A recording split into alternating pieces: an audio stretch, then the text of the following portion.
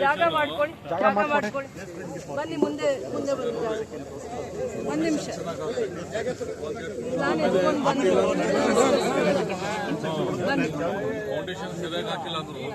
ಇಲ್ಲ ಇಲ್ಲ ಸರ್ ಅದನ್ನು ಡಿಸ್ಕಸ್ ಮಾಡ್ತೀವಿ ಸರ್. ರಮೇಶ್ ಜೈನ್ ಅಂತ ನಗರಸಭೆ ಅಧ್ಯಕ್ಷ ಆಗಿದ್ದ ಇಲ್ಲಿ ಮಾರ್ಕೆಟ್ ಏರಿಯಾಗೆ ಕೌನ್ಸಿಲರ್ ಸರ್ ಅವರು.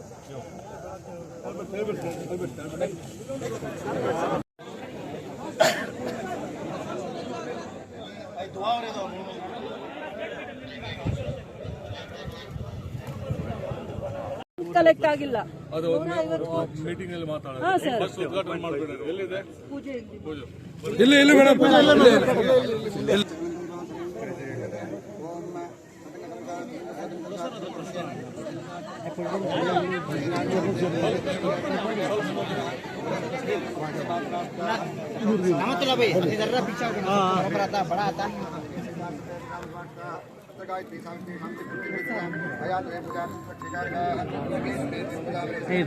फोन करो ना पवित्र पवित्र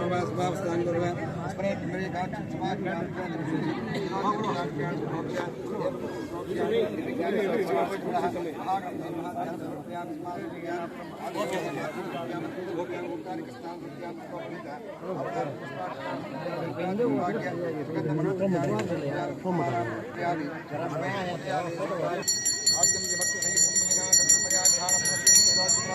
भक्त्यादिकं प्रयच्छामि देवाय परमात्मने हर हर नमः पार्वतीपतये हर हर महादेव देवलग्नं सुदिनं तदेव ताराबलं चन्द्रबलं तदेव विद्याबलं दैवबलं तदेव लक्ष्मीपते ते अङ्गदेवं स्मरामि महालक्ष्मी महेश्वरी श्रीशारदा भुवनेश्वरी धनं सुखं सौभाग्यम् आयुपुत्रां तथा शुभे नया पूजया भगवान् सर्वान्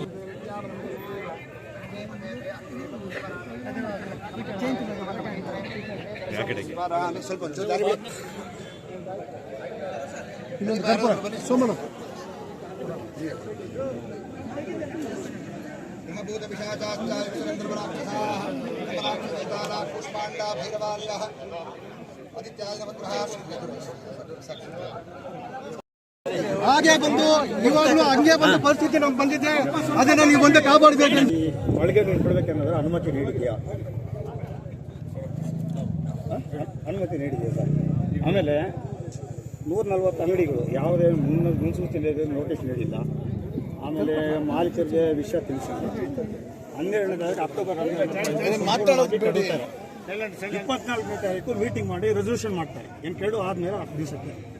ಎರಡನೇದು ಆಮೇಲೆ ಇಲ್ಲಿ ನೋಡಿ ಟೆಂಡರ್ ಆಗಿದೆ 24ನೇ ಡಿಸೆಂಬರಲ್ಲಿ. ಆಲ್ರೆಡಿ ವರ್ಕ್ ಆಗಿರೋ ಇದಕ್ಕೆ ಟೆಂಡರ್ ಕರೀತಾರೆ 32 ಲಕ್ಷ.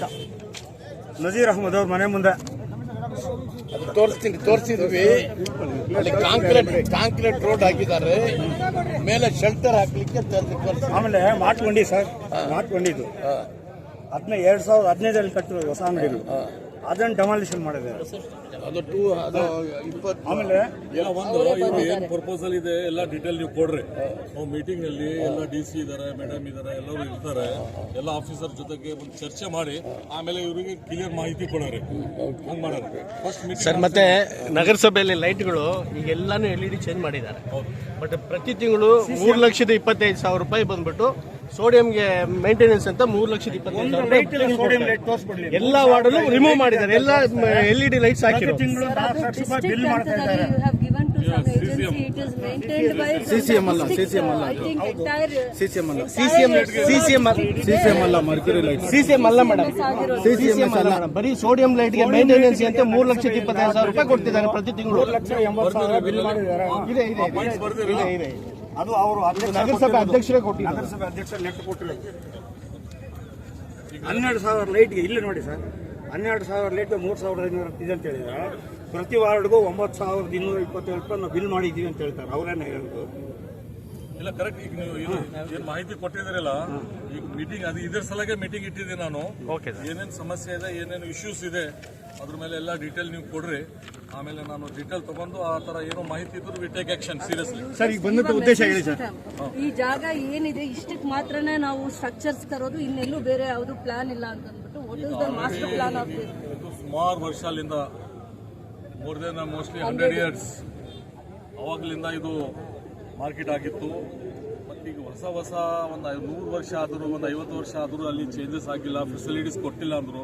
ಸುಮ್ಮನೆ ಮಾರ್ಕೆಟ್ ಹೋಗೋದು ಕಷ್ಟ ಇದೆ.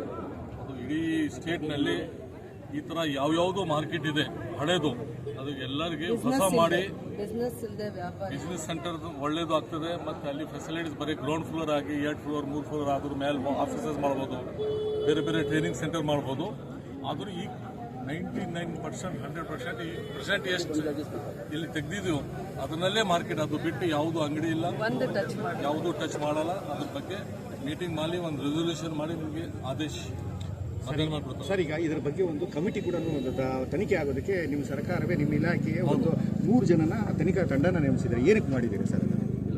ಸ್ವಲ್ಪ ಜನ ಈಗ ನೀವು ಪರ್ಪೋಸಲ್ ಕಂಪ್ಲೇಂಟ್ ಕೊಟ್ಟಿದ್ದೀರಲ್ಲ, ಆ ಥರ ಕಂಪ್ಲೇಂಟ್ ಬಂದಿತ್ತು. ರಿಯಾಲಿಟಿ ಏನಿದೆ ನಮಗೆ ಮಾಹಿತಿ ಬರಬೇಕಿಲ್ಲ.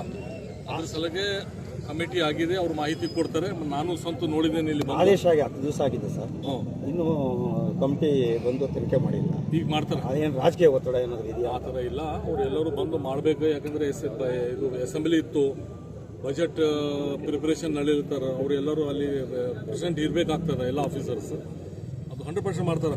ಈಗ ಆಲ್ರೆಡಿ ಇಲ್ಲಿ ಅಂಗಡಿಗಳು ಇತ್ತಲ್ಲ ಸರ್, ಅವ್ರಿಗೆ ಏನು ಅದ್ರ ಬಗ್ಗೆ ಮೀಟಿಂಗ್ ಇದೆಲ್ಲ, ಅದ್ರ ಬಗ್ಗೆ ನಾನೇ ಡೆಮಾಲಿಷನ್ ಮಾಡಿದ್ದಾರೆ. ಅವರಿಗೆ ಫಸ್ಟ್ ಪ್ರಿಯಾರಿಟಿ ಕೊಡೋದು ಅಂತ ಹೇಳಿರೋದು.